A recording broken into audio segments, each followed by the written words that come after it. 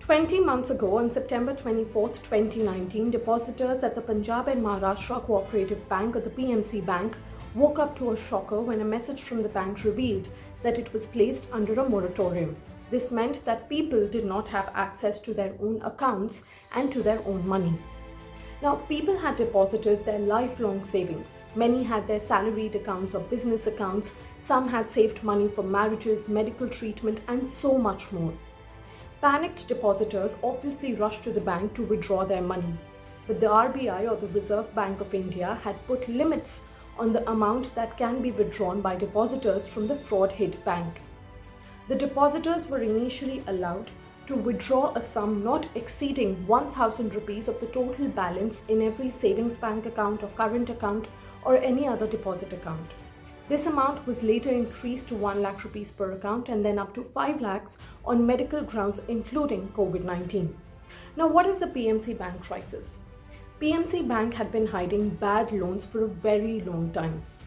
The bank gave loans to Housing Development and Infrastructure Limited, or the HDIL, but failed to get the repayments. This led to massive irregularities, and the bank officials also managed to hide this from the Reserve Bank of India. This one company, the HDIL, had 73% of the total loans that the bank had given out. What happened next was that the bank failed to recover this money. The RBI then discovered that the bank allegedly created fictitious or fake accounts to hide over 6,500 crore rupees in loans extended to the almost bankrupt HDIL.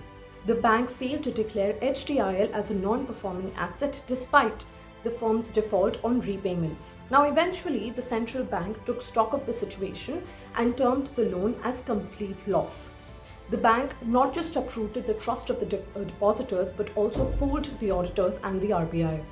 Now, after the fraud came to light, the Economic Offences Wing, the EOW of the Mumbai Police, started the investigation into the alleged scam at the PMC Bank. The bank's former director and the former chairman, among several others, were arrested for their involvement in the massive scam that led to the bank's collapse in 2019. The investigation is still underway. Now, the crucial question is, what happens to the people, to the depositors who trusted the bank with their hard-earned money? Well, there has been no sign of relief for them. The depositors have been left to fend for themselves.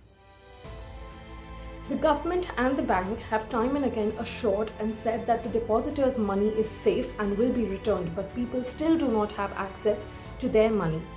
The administrator of the fraud-hit bank has received over 1,200 applications for withdrawal of deposits since April 2020. Many of these depositors are in urgent need of money to meet their expenses, especially during the second wave of coronavirus pandemic. More than 100 depositors have died since the bank collapsed in 2019. PMC Bank depositors have spent the last year holding protests, meeting politicians, government officials, all the necessary people, and writing to various authorities. There are many senior citizen depositors whose life savings are stuck in the fraud-hit bank, and they are still tweeting and trying to raise the voice and get the government's attention to help them access their rightful money. People are helpless and angry as they stare at a blank future. The bank, however, is still working to find a solution so that depositors get access to their entire money. The RBI has said that huge losses and erosion of deposit at the PMC Bank continue to cause trouble in its revival. The depositors at the PMC Bank have alleged that while depositors of other troubled banks such as the Yes Bank and Lakshmi Vilas Bank were rescued in no time, there has been no sign of relief for those who cannot access their money at the PMC Bank.